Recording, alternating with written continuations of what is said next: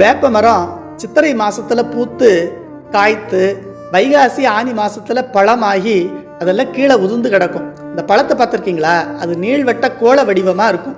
ஒரு வைகாசி மாசம் மகாலிங்கசாமி திருக்கல்யாண உற்சவத்துக்கு வரகுண பாண்டியன் கோயிலுக்கு வராரு. வரும் வழியில வேப்ப மரம் பழுத்து கீழே உதிர்ந்து கிடந்த பழங்களை பார்க்குறாரு. அதன் நீள்வட்ட கோள வடிவம் அவருக்கு மகாலிங்கசாமியோட பான வடிவத்தை நினைவுபடுத்துது. அடடா, இந்த வேப்ப மர பழங்கள் எல்லாம் மகாலிங்கசாமி மாதிரியே இருக்க. இந்த பழத்தை தரும் வேப்ப மரம் வெயில்லையும் மழையிலையும் காஞ்சு நனைஞ்சு கஷ்டப்படலாமா? உடனே இங்க இருக்கிற எல்லா வேப்ப மரத்துக்கும் பந்தல் போடுங்கன்னு சொல்றார்.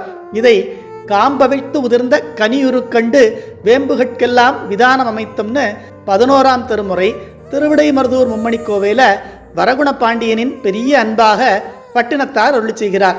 சாதாரண வேப்பம்பழம் மகாலிங்கசாமி மாதிரி இருக்குதுன்னு அதை தரும் வேப்ப மரம் கஷ்டப்படக்கூடாதுன்னு பந்தல் போட சொன்னார்னா, உண்மையிலேயே மகாலிங்கசாமி கோயிலுக்கோ அதற்கு தொண்டு செய்யும் அடியார்களுக்கோ ஏதாவது இடைஞ்சல் வந்தா நம்மாலான உதவிகளை செய்து அதை போக்க வேண்டும். அதை விட பெரிய புண்ணியம் இந்த உலகத்துல வேற எதுவும் இல்லை என்பதை நமக்கு அறிவுறுத்துகிறார்.